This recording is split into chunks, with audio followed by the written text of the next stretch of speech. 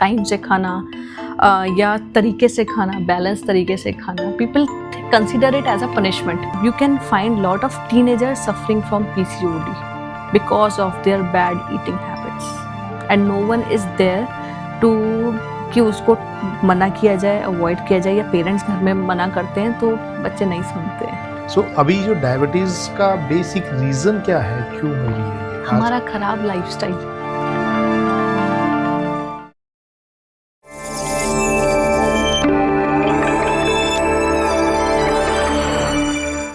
Welcome Anupeksha ma'am, welcome to the alpha people. So एक बार फिर आपने हमारे पॉडकास्ट के लिए टाइम निकाला, तो बहुत बहुत धन्यवाद। Thank you for having me as well. आपको देखते ही मुझे पता क्या लग रहा है कि आप मुझे क्वेश्चन पूछने वाले, सुबह क्या खाया था, दोपहर को क्या खाया था, लिख के दो। यूजुअली इट हैपेंस बिकॉज जब भी कोई मेरे पास ओपीडी में आता है या यूजुअली फर्स्ट ऑफ ऑल कोई क्वेश्चन भी रेज करता है या बोलता है कि मुझे एक डाइट प्रोग्राम डिज़ाइन करवाना है, प्लान डिज़ाइन करवाना है, तो सबसे पहले आई हैव टू आस्क कि आप यूजुअली अभी तक जो करते आ रहे हैं, I need to know what you have been doing पहले से, एंड अकॉर्डिंगली हम उसके आगे चेंजेस और मॉडिफिकेशन करते हैं उन किसी भी इंडिविजुअल को समझ के, बिकॉज एक सिस्टम हर किसी पे लागू नहीं होता है। It is all dependent upon bio individuality. Obvious है। सो मैम, आज का जो हमारा पॉडकास्ट है ना, एक हमने स्पेसिफिक पर्पस के लिए रखा है। तो आज के दिन हम बात करेंगे डायबिटीज़ के बारे में, क्योंकि आजकल बहुत ज़्यादा मतलब हर घर में किसी न किसी को ये प्रॉब्लम है। बिल्कुल। तो we will talk about this more in detail, क्या खाना चाहिए, क्या करना चाहिए, क्या नहीं करना चाहिए। But before we jump to that part, so we need to understand कि एक्चुअली में व्हाट इज डायबिटीज। तो डायबिटीज़ एक ऐसी कंडीशन है, क्रोनिक कंडीशन है बेसिकली, जो कि क्या होता है, हम जो खाना खाते हैं वो डायरेक्टली कन्वर्ट होता है, ब्रेक डाउन होता है ग्लूकोज में, ठीक है। और ये जो ग्लूकोज से हम ये जो खाना है ग्लूकोज में कन्वर्ट होने के बाद ब्लड स्ट्रीम में हमारे चला जाता है, और अगर ये ब्लड स्ट्रीम में प्रॉपरली मैनेज नहीं हुआ है, क्योंकि वो एक इंसुलिन नाम का हार्मोन होता है जो पैनक्रियाज सिक्रीट करता है, और इसने अगर अपना काम ठीक से नहीं किया पैनक्रियाज ने, तो ये डेफिनेटली डायबिटीज़ होने के चांसेस पूरे हैं। तो कोई भी malfunctioning in the working of insulin वो हमको डायबिटीज़ की ओर ले जाती है। तो उसका प्रॉपरली एसिमिलेट होना ग्लूकोज का वो मैटर करता है, तो वो एक कंडीशन दे जाता है डायबिटीज़ की। ओके। सो डायबिटीज इसका मतलब कि एक स्पेसिफिक कंडीशन है। तो ये कंडीशन मतलब होने का कोई एक रीज़न भी रहता है या ये बस हो जाती है? ऐसा क्या है कि जब हम बात करते हैं 1970s में, तो मुश्किल से कह सकते हैं कि 300-400 लोगों में किसी एक को डायबिटीज़ हुई, ठीक है। लेटर ऑन 90s में आए तो 100 लोगों में किसी एक को डायबिटीज़ हो गई। आज की सिचुएशन में India is the capital of diabetes, तो ये एक मेजर कंसर्न है कि कहाँ हमारे खाने पीने में, लाइफस्टाइल में चेंज आया, कि आज के टाइम में अगर हम बात करें तो हर 3 में से हर एक इंसान को डायबिटीज़ है, जो एक बिग कंसर्न है, जिसने एक्चुअली डायग्नोज करवाई है, जिसका पता है। और ऐसे कंडीशंस हम देखते हैं आधे से ज़्यादा जनता ऐसी है जिसने पता भी नहीं है जिसे कि वो प्री डायबिटिक है या इंसुलिन रेजिस्टेंट है। तो यूजुअली क्या होता है कि जब हमारे पास ओपीडी में पेशेंट आता है या कोई ऑनलाइन कंसल्टेशंस के लिए आता है, तो when we ask them to go through कि एक बार हम ब्लड टेस्ट करवाएंगे, बिकॉज ये एक पैरामीटर है किसी भी हेल्थ प्रोफाइल को मैनेज करने के लिए। ज़रूरी है कि आप अपने ब्लड टेस्ट ज़रूर करवाएं, एटलीस्ट ईयरली, इसलिए कि बिकॉज आपका अगर लाइफस्टाइल ख़राब है, नहीं भी है या है भी, तो you need to go through that. उसके थ्रू हम यूजुअली डायग्नोज करते हैं कि हाँ, हमारा HbA1c हायर साइड में है, कि हम इंसुलिन रेजिस्टेंट हैं, या हमारी फास्टिंग ब्लड शुगर हाई जा रही है, या किस रैंडम ब्लड शुगर हाई जा रही है। तो हम अपने रेगुलर ओपीडी में ही काफ़ी लोगों की डायग्नोज कर लेते हैं कि हाँ, ये पर्सन इंसुलिन रेजिस्टेंट है, या डायबिटीज़ इसको हो गया है, या प्री डायबिटिक है। तो पता ही यूजुअली लोगों को पता भी नहीं होता है कि क्या हमको डायबिटीज़ हो गई है या नहीं हो गई है। तो यूजुअली अगर हम जैसे सिम्टम्स की बात करते हैं, तो frequent urination, excessive weight loss, hair fall, या बार बार प्यास लगना, या ड्राई स्किन होना, ये कुछ ऐसे सिम्टम्स हैं बहुत कॉमनली पता चल जाते हैं। बट अगर आप रेगुलरली अपने आप को अपनी सेहत का ध्यान रखते हुए कुछ ब्लड टेस्ट रेगुलरली करवाते रहेंगे तो it is good for your health, और आप अपने आप से प्रिकॉशंस एटलीस्ट ले सकते हैं अगर कुछ ना कुछ गड़बड़ी है तो। ओके, सो अभी आपने एक टर्म यूज की थी प्री डायबिटिक, yes. तो वो क्या मीनिंग होता है उसका? जैसे अगर हमारा HbA1c हम देखते हैं तो 5.5 से लेकर 5.7 या 6 तक भी अगर हमारा आता है तो we consider as per that person as a pre diabetic and which is easily managed. हम उस कंडीशन को आराम से अपने लाइफस्टाइल को मैनेज करते हुए बहुत आराम से मैनेज कर सकते हैं। Okay. और ये कंडीशन में ऐसा क्या होता है कि बहुत कैजुअली ले लेते हैं लोग इस चीज़ के लिए कि ठीक है थोड़ा बहुत ही है चल जाएगा। वो तब तक अलर्ट नहीं होते जब तक हमारी बॉडी साथ देना बंद नहीं कर देती है या स्लो डाउन नहीं हो जाती है।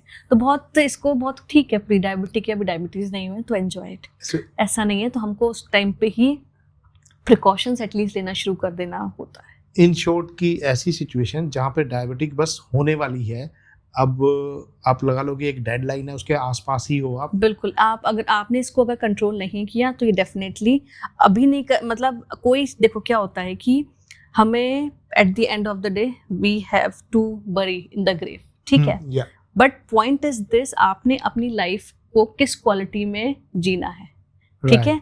डायबिटीज़ के साथ सर्वाइव करना है या थोड़ा डिले हो जाएगा। कुछ बीमारियां हमको प्रॉबेबली 60s और 70s में अच्छी लगती हैं, बट वो बीमारियां अगर हमको 20s और 30s में हो जाएंगी तो वो हमारे लिए थोड़ा सा मुश्किल है हमारी डेली एक्टिविटीज़ करने के लिए और लाइफ को एंजॉय करने के लिए। राइट। ठीक है, तो मोस्ट पीपल यूजुअली ऐसा सोचते हैं कि अच्छा लाइफस्टाइल अगर हम रखते हैं, टाइम से सोना, एक डिसिप्लिन लाइफस्टाइल की मैं बात कर रही हूँ, टाइम से सोना, टाइम से खाना या तरीके से खाना, बैलेंस तरीके से खाना, people consider it as a punishment. But वो एक पनिशमेंट नहीं है, आपकी बॉडी को डिसिप्लिन करने के लिए, आपकी बॉडी की लॉन्जेविटी के लिए बहुत ज़रूरी है। राइट।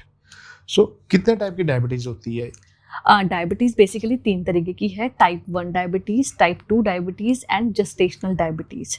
टाइप 1 में यूजुअली ऐसा होता है कि हमारी बॉडी में इंसुलिन नाम का जो हार्मोन है जो पैनक्रियास से सिक्रीट होता है, उसकी माल फंक्शनिंग वो तरीके से काम नहीं कर पाता या पार्शली काम करता है या बाय बर्थ में भी डिफेक्ट हो सकता है, ठीक है, या due to maybe some trauma या इंजरी की वजह से हो सकता है। ठीक है, दैट मीन्स बॉडी में इंसुलिन काम कर ही नहीं रहा है या ठीक से काम नहीं कर रहा है, तब टाइप 1 डायबिटीज़ हो सकती है और ये अर्ली स्टेज पे भी हो सकती है। ठीक है, and when it comes to type 2 diabetes it is all about eating disorders या हार्मोन्स ठीक तरीके से रिलीज नहीं हो पा रहे हैं, that is type 2 diabetes. And gestational diabetes is something जो ड्यूरिंग प्रेगनेंसी डायबिटीज़ हो जाती है, दैट इज जेस्टेशनल डायबिटीज़, और जिसको दैट इज जेस्टेशनल डायबिटीज़, और उसको भी कंट्रोल करना बहुत ज़रूरी है during the pregnancy also. Many a times कह सकते हैं बिकॉज ऑफ क्रेविंग्स कह सकते हैं या बिकॉज ऑफ फैमिली में सपोर्ट नहीं होता है, उसकी वजह से भी डायबिटीज़ मैनेज नहीं की जाती है और उसको बहुत लीनियंटली ले लिया जाता है। इसको बहुत लीनियंटली नहीं लेना है because it definitely can affect your baby in future. वो पास ऑन भी हो सकता है मदर से चाइल्ड में। ठीक है, तो आप ये समझ लीजिए अगर आपने इसको कंट्रोल नहीं किया तो वो आपके आने वाली लाइफ के लिए बहुत मुश्किल हो जाएगा सर्वाइव करना, कि by birth the person is diabetic and it is really very difficult for that person, आगे आने वाले उसके लिए भी बहुत मुश्किल हो जाएगा उसकी लाइफ को जीना। क्योंकि जो बीमारियां पहले 60-70 साल में होने वाली थी वो अब 30-40 में होने लगी है, और आने वाले टाइम अगर इसको मैनेज नहीं किया तो दैट इज़ वाई जो जेस्टेशनल डायबिटीज़ है उसको भी मैनेज करना ज़रूरी है। और बिकॉज ऑफ वेट गेन हम बात करते हैं, एक्सेसिव वेट गेन की वजह से भी जेस्टेशनल डायबिटीज़ होने के चांसेस हैं ड्यूरिंग द प्रेगनेंसी। और हमारे ईटिंग हैबिट्स अगर उसको कंट्रोल नहीं किया, मैनेज नहीं किया, तो भी जेस्टेशनल डायबिटीज़ होने के चांसेस पूरे होते हैं। एंड इंडिया में स्पेसिफिकली अभी ये रेट काफ़ी ज़्यादा बढ़ता जा रहा है। और मैं बात करूँगी 6th month to 9th month, ये जो बहुत क्रूशल टाइम है जिसमें जेस्टेशनल डायबिटीज़ होने के चांसेस बहुत ज़्यादा होते हैं इंडिया में अब। तो GTT हम कराते हैं, glucose tolerance test, around 5.5 month या 6 मंथ पे, तो ताकि पता चल जाए कि बॉडी कितनी रिस्पॉन्सिव है आपके ग्लूकोज के इनटेक के लिए, तो वहाँ पर आपको पता चल जाता है। तो अगर हम वहीं से थोड़े से अलर्ट हो जाते हैं, जो प्रेग्नेंट लेडीज़ हैं, तो उनके लिए बहुत बेटर है कि वहीं से अगर कंट्रोल कर लेंगे। अगर कंट्रोल नहीं करते हैं तो प्रॉब्लम करेगा, बिकॉज प्रेगनेंसी टाइम में बहुत ज़्यादा मिथ्स माइंड में होते हैं। लोग बहुत ज़्यादा इस चीज़ को सोचते हैं कि अगर एक प्रेगनेंसी में डाइट फॉलो कर रहे हैं, बहुत कॉमन मिथ है ये, but it is very important कि हम अपनी डाइट को during the pregnancy and lactation manage करें। ठीक है, कैलोरीज को आप इनटेक करें, बट क्या वो न्यूट्रिशनली बैलेंस्ड है at that particular situation. And OPTs में भी आई यूजुअली सी कि बहुत हेजिटेट करते हैं अपनी प्रेगनेंसी स्पेसिफिक डाइट प्लान्स के लिए, बट जो कि एक नेसेसिटी है उसको मैनेज करना, ये चीज़ समझना बहुत ज़रूरी है। सो अभी आपने एक बताया था कि एक टेस्ट होता है जो प्रेगनेंसी के टाइम पे होता है, तो थोड़ा सा डिटेल में बताएंगे वो टेस्ट में क्या होता है, कैसे होता है? उसमें क्या होता है, जो बोलते हैं GTT, ग्लूकोज टॉलरेंस टेस्ट, जिसमें 75 ग्राम्स ऑफ ग्लूकोज का इंटेक किया जाता है 1 लीटर पानी में, और आफ्टर अ सर्टेन टाइम उसका ब्लड शुगर टेस्ट किया जाता है 1 घंटे इमीडिएटली, 1 घंटे बाद और 2 घंटे बाद। तो जो एवरेज वैल्यूज़ निकल के आती हैं उसके थ्रू हमें पता चलता है कि if the patient is gestational diabetic और नॉट। बाकी ब्लड टेस्ट के थ्रू भी हमें पता तो चलता ही है। जो जनरल ब्लड टेस्ट होते हैं, हम रैंडम ब्लड टेस्ट यूजुअली भी लेते हैं, उसके थ्रू भी प्रेगनेंसी टाइम में जो टेस्ट किए जाते हैं पता चल जाता है उनसे भी। But GTT is something very specific, जिसके बारे में हमें जेस्टेशनल डायबिटीज़ का कन्फर्मेशन होता है और हमें काफ़ी ज़्यादा एहतियात बरतने की ज़रूरत होती है। ओके। सो अभी जो डायबिटीज का बेसिक रीजन क्या है, क्यों हो रही है ये? हमारा खराब लाइफस्टाइल। अभी पहले जैसे बात करते थे कि घर में सभी लोग घर के भी काम करते थे, बाहर के भी काम करते थे। इनफैक्ट सिटिंग कल्चर जो पहले का होता था वो ज़मीन पे बैठ के काम करने का ज़्यादा होता था और मैनुअल वर्क ज़्यादा होता था। अभी के टाइम पे एवरीथिंग इज़ ऑटोमेटेड, राइट। तो क्या हो गया हमारा कि फिजिकल एक्टिविटी लेवल काफ़ी कम हो गया है और स्ट्रेस लेवल काफ़ी बढ़ गया है। तो that means we are using more of our brain than our body. दिमाग ज़्यादा यूज़ कर रहे हैं, शरीर का इस्तेमाल नहीं कर रहे हैं। It is good to use brain, but when it comes to कि आपको अपने शरीर को चलाना है, तो फिजिकल एक्टिविटी इज़ इम्पॉर्टेंट और exercises are meant to do for it. पहले के लाइफस्टाइल में तो फिर ये था ना कि काम कर रहे हो तो वो एक्सरसाइज तो अपना आप हो रही है, हो जाता था कि बिकॉज एक तरीके से ये है कि हर चीज़ उठा के खुद रखनी है, खुद उठा के सब काम करने हैं। तो वो, और हमारा खान पान में इतना ज़्यादा बदलाव नहीं था। पहले उतना जंक फूड नहीं होता था जितना आज है। पहले के खान पान में और आज के खान पान में फ़र्क है। पहले के लाइफस्टाइल में ऐसा था कि सब ब्रह्म मुहूर्त में उठते थे, जल्दी सो जाते थे, जल्दी उठते थे। This was the lifestyle through out the era में बात कर सकती हूँ। बट अभी वो सिस्टम नहीं है। अभी क्या है, देर से उठना है, देर से जागना है, देर से सोना है ना। तो वो सिस्टम भी है। खान पान में काफ़ी ज़्यादा चेंज आ चुका है, बदलाव आ चुका है। राइट। तो these are the factors. Stress, हर चीज़ को लेके स्ट्रेस है, तो they all contribute in the diabetes as well. So अभी एक सिचुएशन है कि बीमारी तो हो गई है, डायबिटीज हो गई है। क्या डायबिटीज अपने आप में इतनी मतलब बीमारी है कि जो जान ले सकती है, लाइफ थ्रेटनिंग है? Yes, definitely. इसके कारण कुछ ऐसा होता है कि और बीमारियां? बिल्कुल। अगर ऐसा है कि देखो, प्री डायबिटिक की जैसे मैं बात कर रही हूँ, this is a very alarming stage. आप उसी टाइम सतर्क हो जाइए और अपने शरीर पर काम करना शुरू कर दीजिए अगर उस लेवल तक आप पहुँच चुके हैं तो। मैनी टाइम्स मैंने ऐसा देखा है ओपीडीज में, जिनका 8 और 9 भी HbA1c है, they are very casual in their behaviour and I feel really bad कि आपका HbA1c 8 और 9 है और आप इस चीज़ को ध्यान में नहीं दे रहे हैं। और ठीक है, दे आर वेरी कैजुअल, दवाई तो खा ही रहे हैं। ठीक है, सही बात। तो दवाई खाना इज़ नॉट अ सर्टिफिकेट कि आपको अपनी डाइट पे ध्यान नहीं देना है। इट इज़ समथिंग कि आपको खाने पर भी ध्यान देना है। और डायबिटीज़ की मेडिसिन जो आप खा रहे हैं वो एक आपको सपोर्टिंग टूल की तरह काम कर रहा है कि जिसकी वजह से आपकी डोज डाइट के साथ में अगर आप इसको मैनेज करते हैं, अच्छे लाइफस्टाइल के साथ में इसको मैनेज करते हैं, तो ये बहुत इंपॉर्टेंट फैक्टर है कि हमें उस पर ध्यान देना है। आप धीरे धीरे डोजेस कम करते जाएंगे अपनी मेडिसिन की, और मे बी आपकी वो डोज खत्म भी हो सकती है।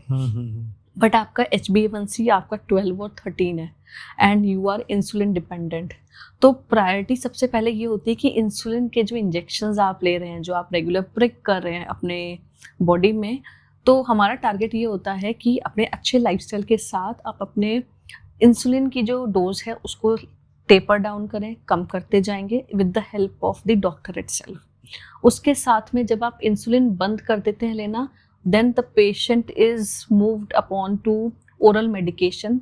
ठीक है, ओरल मेडिकेशन स्टार्ट कर दी जाती है और स्लोली एंड स्टीडली हम कोशिश करते हैं इसको बिल्कुल बेयर मिनिमम डोज पे रखा जाए। बट हम इसको बिल्कुल भी नेग्लेक्ट नहीं कर सकते, बिकॉज अगर हमारा HbA1c 8, 9, 10 और 12 और 13 तक पहुंच रहा है, it will start affecting the other organs also. ऐसा नहीं है कि सिर्फ डायबिटीज हो गई है तो ठीक है चलेगा, वो जो कैजुअल एटीट्यूड है वो बिल्कुल चेंज करना पड़ेगा, because it can affect your kidney function, it can affect your heart function, it depends from person to person, but it will definitely impact the other organs of the body. So in short की diabetic होने के बाद ये होगा कि हमारे बाकी body के जो पार्ट है वो वीक होते जाएंगे, Definitely. या उनकी इम्यूनिटी, हमारी बॉडी की इम्यूनिटी तो डेफिनेटली बिल्कुल कम होती जाती है। बीइंग डायबिटिक दैट मीन्स आपकी इम्यूनिटी बहुत लो है। मैंने एक दो केसेस ऐसे भी देखे हैं जिसमें क्या कि शुगर डायबिटिक अटैक है, उस केस में क्या होता है? उसमें ऐसा क्या होता है कि जब अगर हमारी फॉर एग्जांपल इंसुलिन लेवल्स या मैं बोलूँगी कि मेडिसिन की डोज मैनेज तो किया आपने और ठीक से खाना नहीं खाया, ठीक है, तो you might go into hypoglycaemic. Okay, वो क्या होता है? इंडेक्स हाइपोग्लाइसीमिक कंडीशन में आप जा सकते हैं। दैट मीन्स आपके ब्लड शुगर लेवल्स बहुत लो हो जाते हैं। ओके। और यू माइट गेट फेंट, यू नेवर, कि ब्लड शुगर लेवल्स काफ़ी लो डाउन हो गए हैं। तो उस केस में डेफिनेटली ये है कि if you are pre diabetic, वही मैं बात बोलती हूँ, this is an alarming stage. आपको नहीं पता वेयर लाइफ आपके साथ काम करना बंद कर दे। सही बात है। ठीक है, तो ये बहुत अलार्मिंग स्टेज है, इसलिए आप अपने सेहत पर ध्यान देना शुरू कर दीजिए। अगर हम मतलब जैसे डायबिटिक कोई हो गया, अब वो अपने लाइफस्टाइल कंट्रोल कर रहा है और साथ में ही वो क्या कर रहा है कि फूड भी, लाइफस्टाइल कंट्रोल किया उसने, वर्कआउट भी स्टार्ट किया, स्लीपिंग पैटर्न को भी ठीक कर लिया अपना, सो क्या डायबिटिक को रिवर्स किया जा सकता है?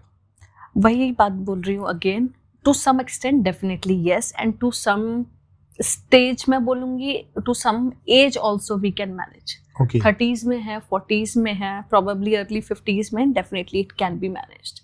But later on 60s और 70s में 100% it is not reversible, but उसको मैनेज करना ज़रूरी है कि वो बढ़े नहीं उस लेवल से ज़्यादा। तो डेफिनेटली उस टाइम पे लाइफस्टाइल मैनेज करना ज़रूरी है। Again when it comes to HbA1c 5, 6, 7 definitely it can be managed with the diet alone itself.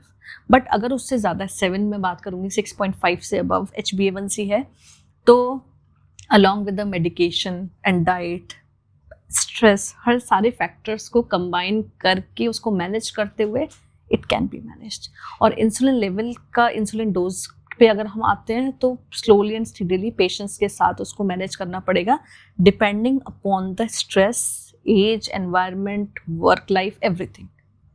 एक कहा जाता है कि जैसे शुगर ज़्यादा आप खा रहे हो, मीठा ज़्यादा ले रहे हो आप, तो आपको डायबिटीज़ होगी ही होगी क्या? इसका ऐसा है कि इंसुलिन रेजिस्टेंस बॉडी में क्रिएट हो जाता है अगर एक्सेसिव शुगर ली जाती है। तो इंसुलिन रेजिस्टेंस की वजह से बीइंग अ फीमेल अलग तरीके की बीमारियां हो सकती है, जैसे कि PCOD, PCOS जैसे सिम्टम्स आपको बॉडी में बहुत कॉमनली मिल जाते हैं आज के टाइम पे। Females are more affecting with that. Thyroid, irrespective of the gender, definitely thyroid will affect, ठीक है। एंड डायबिटीज, ये मेटाबॉलिक सिंड्रोम है, एंड ओबेसिटी, ठीक है। ये एक विशियस साइकिल है जो आपके बॉडी को इम्पैक्ट करता है। तो excessive sugar is always harmful, और any kind of food that is taken in excessive in the body, तो वो एक तरीके से बिग नो है। ओके, सो ऐसा सिचुएशन होती है ना कि जैसे एक आदमी तो पूरा बचपन से लेके अभी तक काफ़ी सारी शुगर खा रहा है हर फॉर्म में, और दूसरा भी सेम कर रहा है, लेकिन एक को हुआ एक को नहीं हुआ। there are various factors about it. Again, every individual is different. तो ये बायो इंडिविजुअलिटी पे डिपेंड करता है. Probably coffee is suiting me. Probably coffee आपको सूट नहीं करेगी. Probably होल व्हीट आपको सूट करेगा, दूसरे को नहीं करेगा. तो we understand, we as experts usually try to understand the body जो भी हमारे पास आते हैं, एंड उसके अकॉर्डिंगली वी वर्क कि हम उसको कैसे हेल्प कर सकते हैं. तो इट इज़ कम्प्लीटली वेरिएबल. बहुत हम ये नहीं कह सकते कि सेम डाइट प्लान जो मैं फॉलो कर रही हूँ वो आपके लिए सूटेबल होगा. नो. इवन कि किसी दो, आप ऐसे समझ लीजिए, किसी इंसान के 2 बच्चे हैं और दोनों का हाइट वेट सेम है, ठीक है, और दोनों एक ही एनवायरनमेंट में पले बड़े हैं, बट स्टिल उसकी डाइट बिल्कुल दोनों की डिफरेंट रहेगी. तो all this is dependent upon the individuality. Okay. अब डिफरेंट लेवल ऑफ शुगर जो होती है, अब जैसे different time of the day हमारी बॉडी की शुगर डिफरेंट लेवल पे होती है. बिल्कुल. सो उससे कैसे पता लगे? क्योंकि जब देखो, जैसे हम कह रहे हैं कि शुगर हाई है, तो अब सुबह सुबह उठे शुगर का जो लेवल है, तो मतलब डिफरेंट यू कैन से के क्राइटेरिया होते हैं उनके. बिल्कुल. फॉर एग्जांपल, जैसे कि फास्टिंग टाइम पे हमारा 100 को हम एक मैक्सिमम लेवल मानते हैं, 100 के बिलो होना चाहिए ब्लड शुगर लेवल्स. और after eating the food within half an hour वो स्पाइक कर जाता है. तो we need not to measure at that time. और रैंडमली या पोस्ट पेरेंडल, मतलब खाने के 2 घंटे बाद, विद इन 150 हमारा ब्लड शुगर लेवल होना चाहिए. अगर इससे ज़्यादा है तो वो डायबिटिक या प्री डायबिटिक कंडीशन हो सकती है. तो यानी कि जैसे हम जब भी खाना खाएंगे, कुछ भी खा रहे हैं, तो उससे हमारा शुगर लेवल स्पाइक करेगा. होता है बिल्कुल. और इमीडिएटली जब स्पाइक करेगा तो इसलिए हमें ज़्यादा वरी करने की जरूरत नहीं है, बिकॉज इंसुलिन को काम करने का टाइम तो दीजिए. 2 घंटे के बाद इंसुलिन अपना काम करेगी, सब कुछ कंट्रोल करेगी, एंड देन वी कैन जज या टेस्ट कि भी अब क्या है. और वो सिचुएशन बिल्कुल डिसाइड करें. ऐसा सिचुएशन भी होती है कि कुछ लोगों के जो फास्टिंग शुगर है वो तो ठीक आती है, लेकिन आफ्टर फूड उनके शुगर हमेशा हाई. बिल्कुल ऐसा भी होता है, और ऐसा भी होता है कि फास्टिंग टाइम में किसी के शुगर लेवल्स हाई होते हैं, और नॉर्मल अगर आप रैंडमली भी आप चेक करेंगे तो वो भी नॉर्मल आता है, वो नॉर्मल आता है. Fasting is high. तो there are lot of reasons. Again आप डिपेंडिंग अपॉन आपका स्ट्रेस लेवल किस टाइम पे ज़्यादा है, डिपेंडिंग अपॉन आपने रात में क्या खाया है, डिपेंडिंग अपॉन आपने रात में ठीक से नींद ली है या नहीं ली है. तो there are lot of factors. And इस कंडीशन में यूजुअली वी कंसिडर, जो हमने रिपोर्ट्स देखी है, यूजुअली प्री डायबिटिक कंडीशन आती है ऐसे में. ओके. सो प्री डायबिटिक कंडीशन में ये सिचुएशंस आ जाती है. बिल्कुल. तो इसके लिए डेफिनेटली खाली रैंडमली ब्लड शुगर चेक करने से नहीं होता, आपको HbA1c चेक करवा लेना चाहिए. Can we develop sugar diabetic condition at age of 20s also? Yes. अभी वही बात बोल रही हूँ, डिपेंडिंग अपॉन द लाइफस्टाइल. अगर हमारा लाइफस्टाइल बहुत ख़राब है और जेनेटिकली हमारी body is more prone to insulin resistance. It's not only about diabetes, it is all about कि इंसुलिन रेजिस्टेंस बॉडी में बन चुकी है. It can be thyroid, it can be PCOD, it can be diabetes. बहुत common है insulin resistance की वजह से. You can find lot of teenagers suffering from PCOD because of their bad eating habits, and no one is there to कि उसको मना किया जाए, अवॉइड किया जाए, या पेरेंट्स घर में मना करते हैं तो बच्चे नहीं सुनते हैं. सो एक आपने बीच में टर्म यूज की थी, सर्केडियन रिदम. तो उसके according, correct me if I am wrong, कि जिस जगह पे हम रहते हैं, जब पैदा हुए बड़े हुए हैं, जो हमारा लाइफ स्लीपिंग साइकिल है, काम करने का साइकिल है, सुबह सूरज निकल रहा है तो हम उठ रहे हैं, काम कर रहे हैं, वो चीज़ है. As we move to another country तो वो तो चेंज हो जाएगा. बिल्कुल होता है. So is it going to affect? क्योंकि जब हम कंट्री चेंज कर रहे हैं तो वहाँ के अकोर्डिंग थोड़ा टाइम जेट लैग बोलते हैं, उस टाइम के लिए टाइम थोड़ा सा होता है. उसके लिए हम जेट लैग को ओवरकम करने के लिए थोड़ा सा टाइम लेते हैं. एंड अकॉर्डिंगली डेफिनेटली वही बात बोल रही हूँ कि अपने सर्केडियन रिदम वही है कि रात को सोना है, मतलब कि दिन छिपते ही यू हैव टू स्लीप, और सूरज उगते के साथ ही you have to wake up. Maybe मतलब ऐसे भी कर सकते हैं कि जैसे कई जगह रात शॉर्ट होती है, ठीक है, दिन बड़े होते हैं, ऐसे भी कंट्रीज होते हैं. तो उस केस में ये है कि अपना रात के टाइम पे आप सोइए, और डिपेंडिंग अपॉन आपका दिनचर्या क्या है थ्रू आउट द डे, उसको बस ये है कि सर्केडियन रिदम के हिसाब से रात को टाइम से सोएं और अपने 7 आवर्स की स्लीप को पूरा करें पहले। 7 hours at bare minimum, 7 to 8 hours is pretty okay to sleep. अगर हम डिवाइड करें कि इंसान की एज के अकॉर्डिंग, बच्चा है, बड़ा यंग है, देन अब you are in mid 40s and then 60s, तो स्लीपिंग आवर्स कितना होना चाहिए? 7? वो वेरी करेगा बिल्कुल। बच्चे सोते हैं बहुत ज़्यादा घंटे, 12 घंटे, 14 घंटे, तो वो वेरी करता है from age to age. As an adult it can vary, और some time there are people जो उनका 5 घंटे या 6 घंटे सो के भी they are fresh. It depends how you eat, how you balance your body. You can see our prime minister कितना ज़्यादा सोते हैं, कोई बहुत ज़्यादा नहीं सोते। There are lot of celebrities also जो 5-6 hours are more than enough for them, and even for myself also. मैं अपनी बात करूँगी तो भी मुश्किल से 4-5 hours are more than enough for me. I am fresh throughout the day. I don't take a power nap और something, that is pretty okay for me. Same thing goes for me also. मैं 5-6 hours ही सो पाता हूँ, इससे ज़्यादा नींद नहीं आती है। आज मुझे आ जाती है लेकिन पर मौका नहीं मिलता।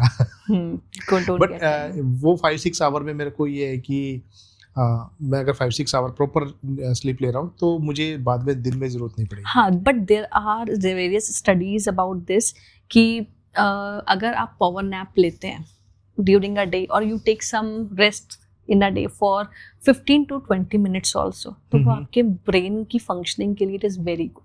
Okay. तो it is good to take rest if you need, and probably 15 to 20 minutes एक पावर नैप का break for everyone, even for the ऐसे कल्चर्स में भी है, वेरियस वर्क कल्चर्स में, आई वुड से ऑफिसेज में भी है कि 15-20 minutes का एक पावर नैप ब्रेक दिया जाता है so that they can bang on with their work. Productivity बढ़ जाती है काम करने की। सो अभी जैसे हम बिफोर दिस पॉडकास्ट हम डिस्कस कर रहे थे, you are certified diabetes educator.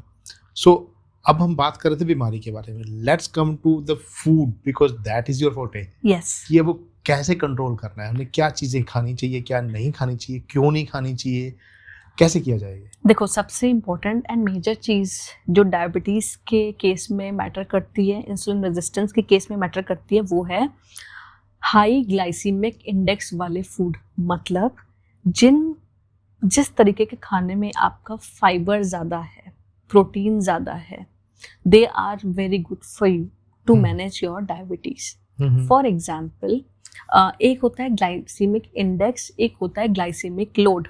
Glycaemic index का मतलब ये है कि जो शुगर लेवल को मैनेज करने के लिए हेल्प करता है हमारी बॉडी में। कुछ खाने की चीज़ें ऐसी हैं जिनका ग्लाइसीमिक इंडेक्स हमारा हाई होता है तो वो हमारा ब्लड शुगर लेवल हाई लेके जाएगा, जिनका लो होता है वो लो लेके जाएगा। प्रोबेबली मैंने कुछ गलत बोला पहले, नाउ आई रिमेंबर, कि जो ग्लाइसीमिक इंडेक्स जिनका लो होगा those are good for your diabetes management, जिनका बहुत ज़्यादा हाई होगा वो प्रॉब्लम करेगा। फॉर एग्जाम्पल, शुगर का ग्लाइसीमिक इंडेक्स 100 होता है। 100? ट्रू, जो कि प्रॉब्लमेटिक है।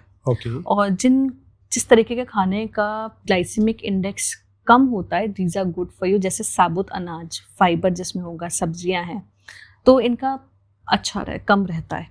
बट एक एग्जाम्पल है वाटरमेलन, जिसका ग्लाइसीमिक इंडेक्स हम 70 मानते हैं होता है उसका, बट उसका ग्लाइसीमिक लोड, फॉर एग्जांपल, हमारी बॉडी में जाके वो किस तरीके से काम करता है, जिससे अगर हम एक कंट्रोल्ड पोर्शन में खाते हैं तो हमारा ब्लड शुगर लेवल्स बहुत ज़्यादा स्पाइक नहीं करते हैं। देयर आर सर्टेन फूड्स जिसको अगर हम कंट्रोल्ड वे में खाएंगे तो वो हमारे ब्लड शुगर लेवल्स को स्पाइक नहीं करेंगे, और उसको अगर हम अनकंट्रोल्ड वे में किसी भी तरीके से हम कोई भी फूड प्रोडक्ट को खाएंगे तो वो हमारे शुगर लेवल्स को स्पाइक कर जाता है। तो जैसे कि जो भी हमारा फ्रूट जूस है जिसमें फाइबर है ही नहीं, तो उसका ग्लाइसीमिक इंडेक्स हाई होगा।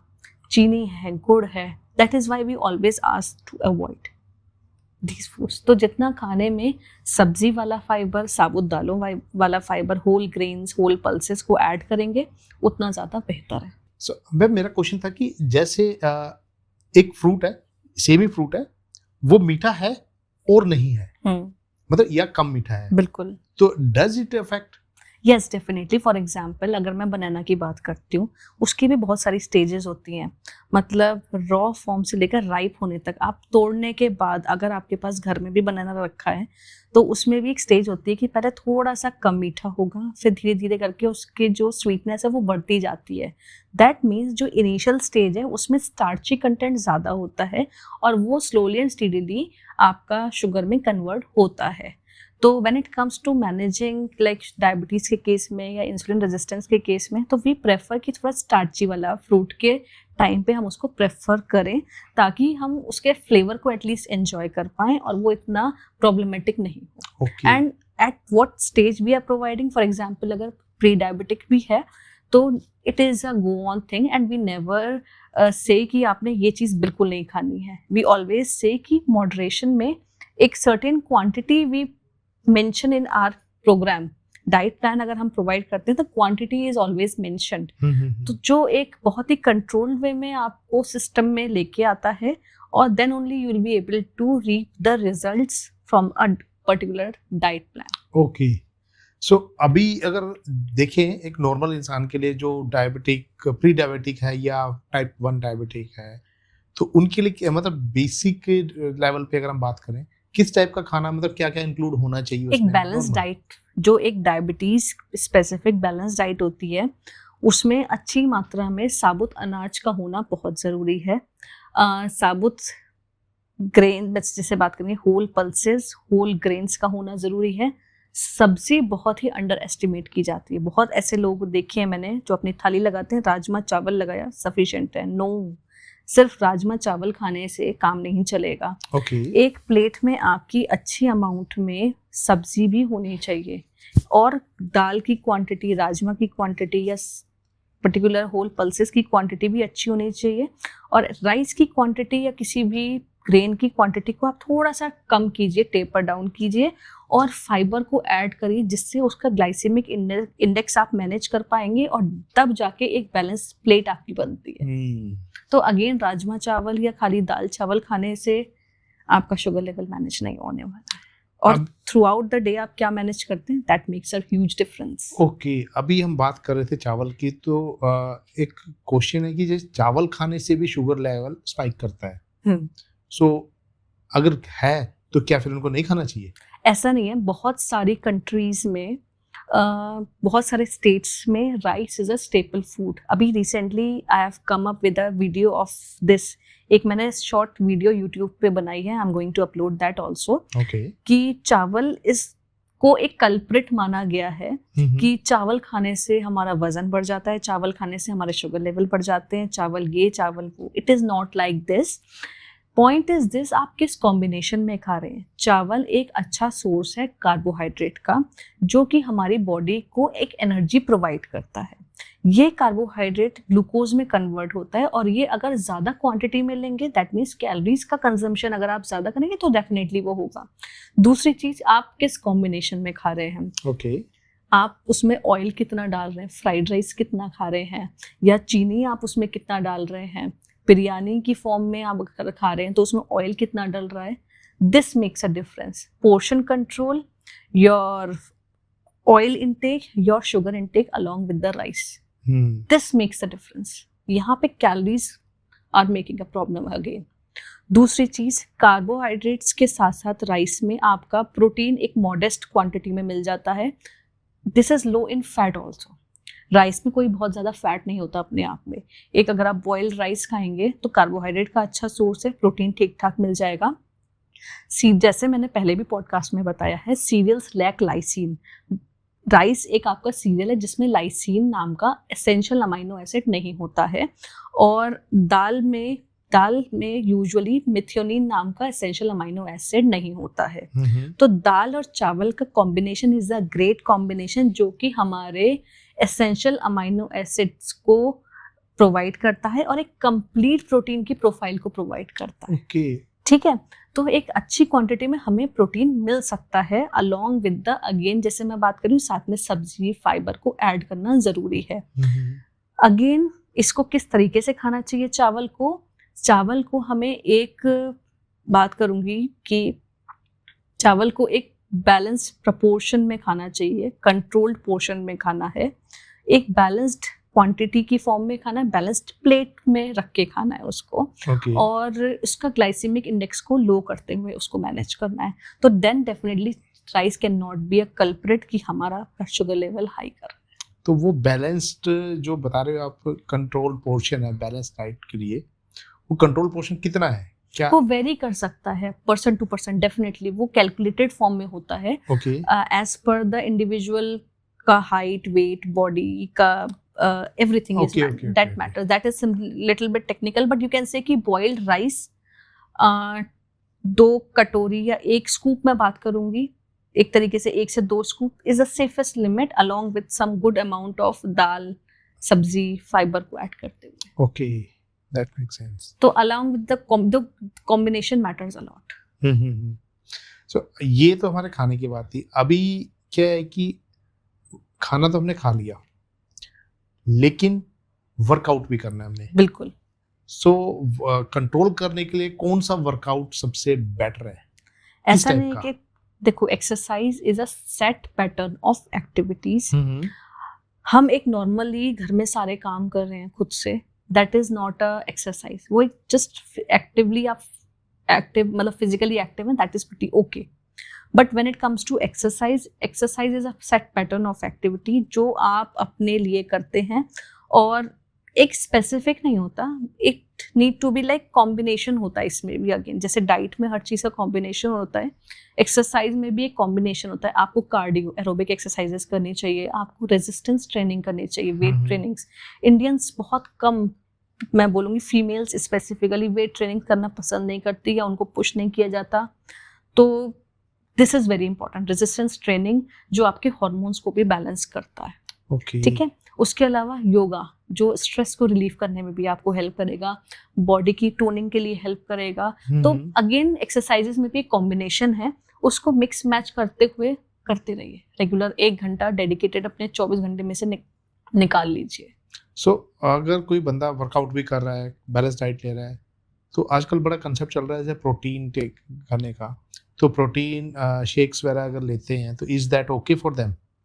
अवर प्रायोरिटी इस पहले खाने पे फोकस करिए। Okay, food should be the first choice, और हम इजीली मैनेज कर सकते हैं। Being a vegetarian also we can manage the protein in our diet, और food should be the priority first.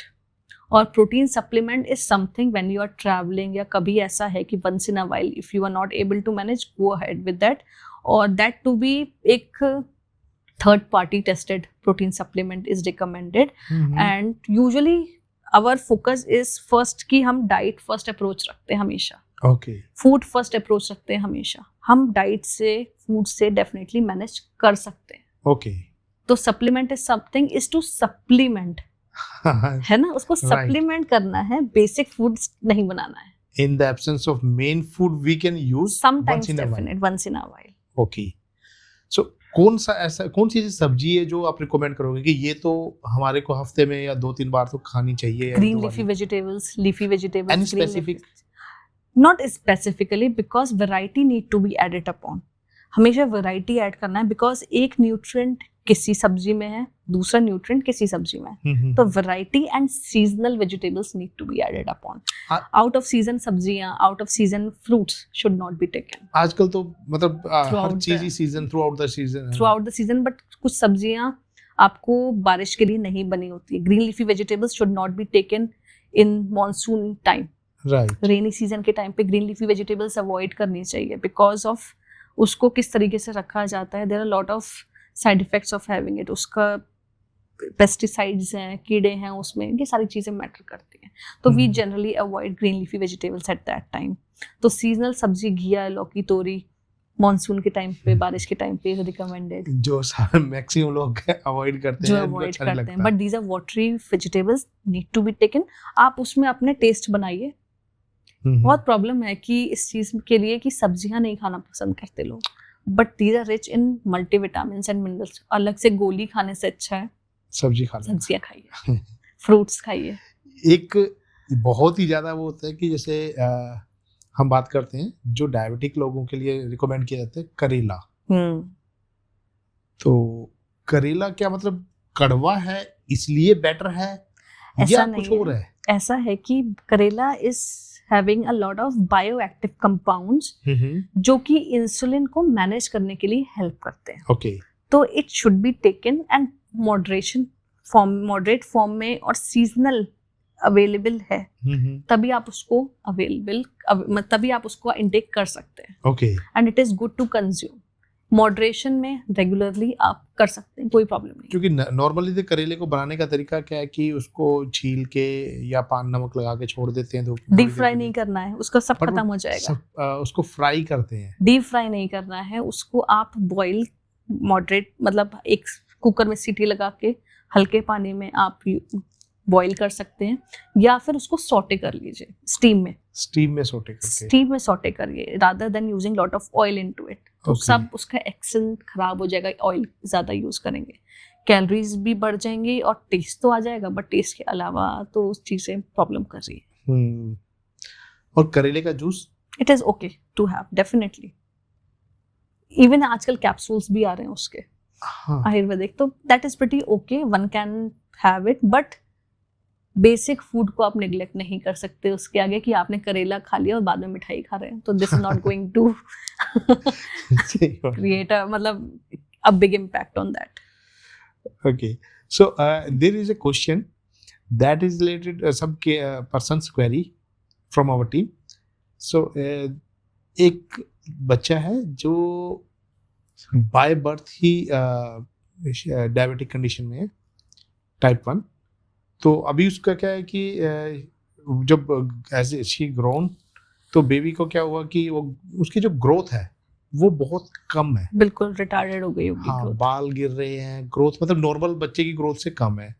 And 4 time she takes medicine, insulin, तो और medicine भी चल रही हैं। और उसके बाद अब क्या हुआ कि उनको कुछ प्रॉब्लम आई, जैसे पैरों चलने में प्रॉब्लम आ रही है, इस टाइप की कंडीशंस क्रिएट हुई है। सो क्या हम खाने को कंट्रोल करके, डाइट को कंट्रोल करके इस टाइप की सिचुएशंस को भी कंट्रोल कर सकते हैं, मतलब क्योर कर सकते हैं? इस केस पे ये दैट इज अ थिंग कि ये जुवेनाइल कंडीशन है। इस केस में इंसुलिन बॉडी में काम नहीं कर रहा है, तो जिसकी वजह से इंसुलिन के इंजेक्शंस दिए जा रहे हैं। तो दिस इज समथिंग हम डाइट से मैनेज कर सकते हैं, ताकि इंसुलिन की जो डोज है वो बढ़े ना।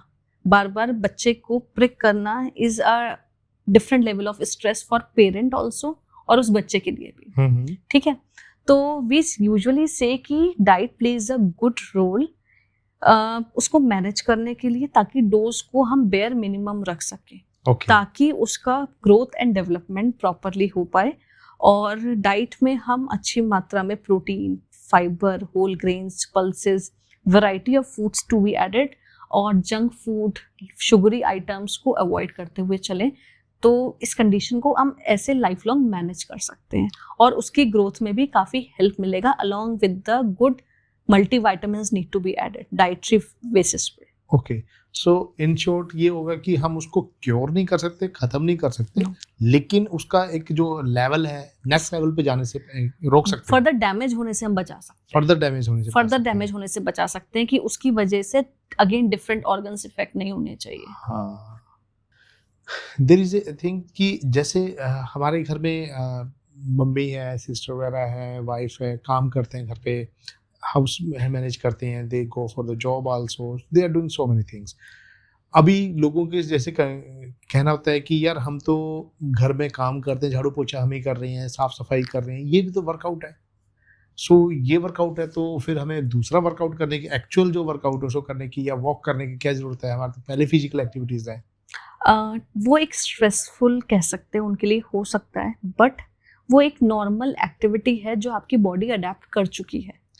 ठीक है, वो एक physical activity that you have been active throughout the day, but exercise is a set pattern of activity जो कि आपकी मसल्स को वर्कआउट करने के लिए प्रेरित करता है, जिसे कहते हैं आपकी ब्रेन की फंक्शनिंग के लिए भी। 1 घंटे के अंदर आप अपनी बॉडी को दैट मीन्स एक्टिवेट कर देते हैं अपने आगे की एक्टिविटीज को करने के लिए।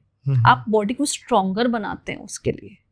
Right. तो दिस फिजिकल एक्टिविटी जो घर के काम है is very different than the exercise. So in short कि जो अभी तक हम घर पे काम करते आए हैं या कर रहे हैं, हमारी बॉडी तो ऑलरेडी ही वो काम कर रही है, तो अडेप्ट अडॉप्ट हो कर चुकी चुकी है है, उस चीज के लिए। तो बिल्कुल हमें उसको पुश करके एक नेक्स्ट लेवल पे लेके जाना पड़ेगा। Activity exercises is must for the body.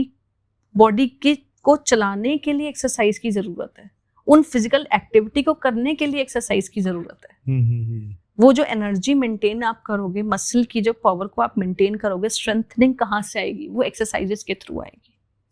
सो अगर किसी को डायबिटीज है तो उसको वैसे आपके अकॉर्डिंग क्या लाइफस्टाइल फॉलो करना चाहिए? स्टार्टिंग फ्रॉम मॉर्निंग वेकअप, किस टाइम उठे, क्या काम करे, सी ये वेरी कर सकता है बिल्कुल पर्सन टू पर्सन। एक नॉर्मल आदमी के लिए एक नॉर्मली हम सर्केडियन रिदम के हिसाब से बात करते हैं। आप 5 बजे 6 बजे जो भी आपको सूटेबल हो, आप अपने अकॉर्डिंग उठिए। और वो डिपेंड करेगा कि अगर आप 9 to 5 पर्सन है काम करने के लिए, तो आपका लाइफस्टाइल अलग है, ट्रैवलिंग का टाइम आपका अलग है, ऑफिस में कितना स्ट्रेस है, वो डेफिनेटली मैटर करेगा। Just 1 hour of workout, time से सोना, टाइम से उठना और अपने टाइम से मील्स को कंज्यूम करना, न्यूट्रिशियस मील्स को specifically, along with healthy snacking. Again snacking is something जहाँ अनहेल्दी सिस्टम ज्यादा होता है, ठीक है, राइट। तो उसको मैनेज करते हुए भी अगर आप सिस्टम को, इन सब सिस्टम को मैनेज करेंगे along with the stress management, तो आप आराम से इसको, डायबिटीज आपको नहीं होगी। Okay, so there are few myths and ideas, मतलब जो लोग सोच रहे हैं, बहुत सारे मिथ है, बहुत सारे myth so related to we will talk diabetes. about that, sure. ठीक है, you can answer in short also. So for a person, ये specifically for diabetic person, either it is a type 1 2 3 or pre-diabetic, tea और coffee क्या लेना चाहिए उन लोगों को? It is not related to this, it is all about आप उसमें चीनी कितनी डाल रहे हैं, शुगर कितनी डाल रहे हैं, शक्कर कितनी डाल रहे हैं, जैगरी कितनी डाल रहे हैं, ये उस पर डिपेंड करती है। तो अगर आप फीकी चाय या कॉफी लेते हैं once in a day, that is pretty okay, don't overdo this. Okay, that is pretty okay to have. Okay, sugar and jaggery? None of them, because calories wise दोनों सेम है। And when it comes to कि sugar level spike कर जाएगा, तो मेरे OPD में तो लोग बोलते हैं मैं चीनी नहीं खाती हूँ बट शक्कर डालती हूँ। इट हैपेंस, ठीक है, तो it is all same thing. या मैं चीनी नहीं डालती, मैं तो हनी लेती हूँ, ओके, तो this is same. So honey भी नहीं ले सकते वो लोग? आपका ब्लड शुगर लेवल स्पाइक करेगा। ओके, और what about those artificial sweeteners? We never recommend, because it as per the researchers, जो रिसर्च लेटेस्ट स्टडीज में आई हैं, again I have come up with this reel also, कि definitely जो artificial sweeteners हैं, they are a big no, because it definitely effect the other organs, specifically the kidneys. अगर regular उसका use किया, once in a while if you are taking, that is okay, because एक तो ये satisfaction आपका नहीं खत्म कर सकती, जो शुगर इनटेक का जो एडिक्शन होता है वो उसको कवर अप नहीं कर सकता। And on the long term इसका डोसेज अगर ज्यादा है या रेगुलरली इसको यूज किया जाता है, तो ये एक प्रॉब्लम है। तो वी नेवर रिकमेंड कि आप आर्टिफिशियल स्वीटनेस का यूज करें। It is better to adapt as per your body type and as per the condition. धीरे धीरे आदत बन जाती है, depending upon your mental conditioning. आप यहाँ से क्या सोच रहे हैं अपने आप को। If you want to change yourself, definitely you will be able to do. If you are not, then no one can help you out. हाँ, इसी में एक क्वेश्चन आया था माइंड में कि जैसे if a person is genetically diabetic, मतलब उसकी फैमिली में हिस्ट्री है, but he is living a healthy life, healthy food, workout भी कर रहा है, and he is happy also, so is there any chance कि ही स्टिल गेट अफेक्टेड? ऐसा है कि जेनेटिकली है, तो अगर वो लाइफस्टाइल उस तरीके का अच्छा मैनेज नहीं करता है, तो उसको वो डिजीज जल्दी आ जाएंगे। And if he is able to manage a good healthy lifestyle, a disciplined lifestyle, and genetically बहुत स्ट्रांग है, मैं अपने केस की भी बात करूंगी, तो उस केस में जो डिजीजेस हैं वो बाद में आएंगे, लेटर स्टेज ऑफ लाइफ में आएंगे comparative to early stage. This is the difference and this is what you have to decide. Okay, पर आएंगे जरूर, चांसेस बहुत ज्यादा हैं उसके होने तो के। इसमें इंसान क्या कर सकता है कि जैसे जेनेटिकली किसी के फैमिली में हिस्ट्री चली आ रही है, बस discipline life, discipline lifestyle. But अब ये है कि वो तो आगे थ्रू आउट द आगे मतलब जनरेशन पास ऑन तो होगी। If you want to change कि वो आगे पास ऑन नहीं हो, तो you have to change yourself, you have to break that chain. वो तभी होगा when you are going to follow a disciplined lifestyle. Right. You can break the chain. हाँ, ये इम्पोर्टेंट है ना कि हम कुछ डिफरेंस ला सकते हैं खुद करके। Yes definitely. तो आफ्टर दैट सर्टेन टाइम, मतलब 1-2 जनरेशन में अगर ऐसा नहीं होगा तो then we break the chain. Yes बिल्कुल बिल्कुल। Okay, that is good. So अभी एक आज का टाइम बड़ा, जैसे प्राइवेट जॉब्स हैं, आईटी जॉब्स हैं, डिफरेंट टाइप की जॉब्स हैं, लोग people are working day and night, so the jobs are very stressful and long working hours. So is it reason for any kind of like diabetic? Stress, अगर वो stressful है, ऐसा नहीं है कि आपके लॉन्ग वर्किंग आवर्स हैं तो you will get the diabetes. It is not like this. Working time पे भी if you are enjoying your work, stress नहीं है। वर्किंग टाइम पे भी if you are keep on moving yourself and you are happy, तो जरूरी नहीं है कि डायबिटीज हो। तो इट इज अबाउट कि आप कितनी देर बैठे हुए हैं ज्यादा देर, या आपको स्ट्रेस है ज्यादा, तो definitely it is related to diabetes. Drinking a lot of cold drink? No, you need not to, because it is high in sugar.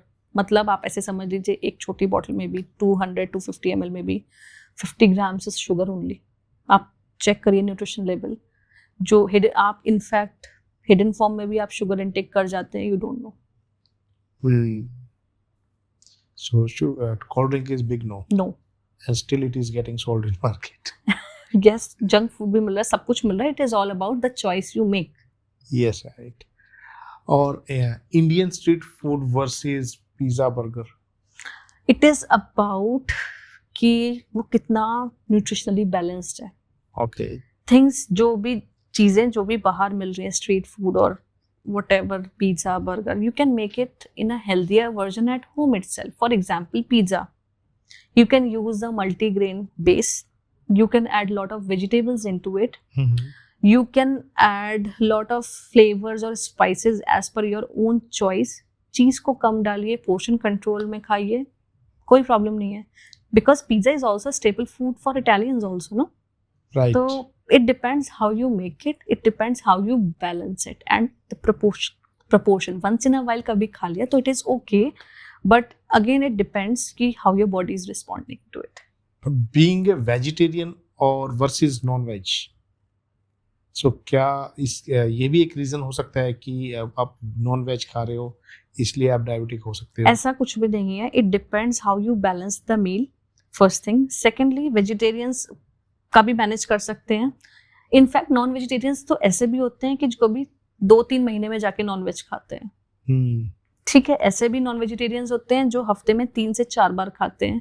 ऐसे भी नॉन वेजिटेरियंस हैं जो डेली खाते हैं। ठीक है, तो it is all about how you balance all your meals irrespective of vegetarian और नॉन वेजिटेरियन। स्लीपिंग पैटर्न्स, अगर कोई ज़्यादा सो रहा है वर्सेस कम सो रहा है तो कितने चांसेस हैं कि डायबिटिक हो सकता है? It depends upon individual again, first thing. Secondly, bare minimum oversleeping we don't recommend, and बिल्कुल नहीं सोना या कम सोना भी we don't recommend. कम सोएंगे तो क्या होगा, आपके हार्ट को ज़्यादा काम करना पड़ेगा, ज़्यादा पंप करना पड़ेगा, जिसका मतलब है कि उसको एनर्जी की रिक्वायरमेंट है, and at the end of the day you will crave to eat more. तो this is again a vicious cycle. तो एक अगेन स्लीप का भी एक बैलेंस्ड सिस्टम है। Right. Alcohol versus beer, can a diabetic person have alcohol और beer? सब कुछ खाओ पियो। लॉल, मजाक कर रही हूँ मैं। No, it's a big no again, because calorie wise और glycemic index wise, it's a big no, because it definitely affect your liver functioning and pancreas and insulin functioning. So big no for the specifically diabetic people. Never. Can fatty liver can be reason of diabetic? ऐसा नहीं है, because liver का अपना एक role है जो कि fats के मेटाबॉलिज्म में हेल्प करता है, और पेनक्रियाज एक अलग ऑर्गन है जो कि हार्मोन को बनाता है। तो ऐसा सच नहीं है, बट वो ओवरऑल विशियस साइकिल बन के it can create a problem. So ma'am, as we moving towards the end of this podcast, because you have given so much information for our viewers, so I would like to ask one last question for you. What is your style of treating persons? So my style is like सबसे पहले I would do a thorough investigation and assessment of Okay. every individual, irrespective कि वो mind में सबसे पहले diet plan लेने आता है मेरे पास. तो I have to calm down that patient or a person of client. I would say कि सबसे पहले thorough examination is important in terms of कि I need to know you first. पहले what is your way of eating, वो आप कहाँ से आए हैं, आपका जेनेटिकली किस तरीके से आप खाते पीते आ रहे हैं, आपके ब्लड पैरामीटर्स क्या कहते हैं, आपका लाइफस्टाइल किस तरीके का है, या खाना आपके घर में कौन बनाता है. ये एक बहुत इंपॉर्टेंट चीज़ है. आप खुद बनाते हैं या यू हैव अ हेल्प, या घर में कितने लोग हैं. तो वी मैनेज एवरीथिंग एंड उसके हिसाब से वी मूव फर्दर कि किस तरीके से कि आपको हेल्प चाहिए या सपोर्ट चाहिए ऑन अ पर्सनल बेसिस या सुपरफिशियल बेसिस, और how you want to proceed and accordingly उस पे काम करते हुए किस पोजीशन पे है, उसकी सिचुएशन किस तरीके की है कि ज़्यादा सीवियर है या हम हल्के में वे में उसको लाइट वे में उसको मैनेज कर सकते हैं. According to the situation and state we proceed. ऐसा नहीं है कि एक अप्रोच सब पे अप्लाई होती है. No, we have to customise and personalise for every person. और दो इंडिविजुअल का सेम सिस्टम नहीं हो सकता एंड अकॉर्डिंगली वी वर्क. और मॉडरेशन से स्टार्ट करते हैं. If the person is able to eat and manage then we prefer कि हाँ let the person enjoy. And definitely अगर थोड़ा सा स्ट्रिक्ट डिसिप्लिन की ज़रूरत है, we have to motivate that person to follow that regime also. Okay, so ma'am आपने बहुत अच्छी डिटेल्ड इन्फॉर्मेशन दी हमारे व्यूअर्स के लिए. At this end of this podcast एक लास्ट क्वेश्चन है. कोई ऐसी चीज़ आप बताना चाहेंगे हमारे व्यूअर्स को कि क्या वो खा सकते हैं to control the diabetes? So any specific या नहीं, सब कुछ भी नहीं खा सकते. अगेन जैसे पहले भी बोला, लो ग्लाइसीमिक फूड पे ज़्यादा फोकस करिए. ओके, अच्छा प्रोटीन पे फोकस करिए, because both are interlinked with each other, जिससे आप अपना डायबिटीज़ को मैनेज भी कर पाएंगे. इनफैक्ट रिवर्सल के भी काफ़ी चांसेस बन जाते हैं, along with the management of stress and sleep. Stress and sleep बहुत ज़रूरी है. हम बहुत अंडर एस्टिमेट करते हैं इन सारे फैक्टर्स को, जो हमें नहीं करना है. Okay. Thank you, ma'am. Thanks a lot. Thank you for having me. Thank you. Thank you.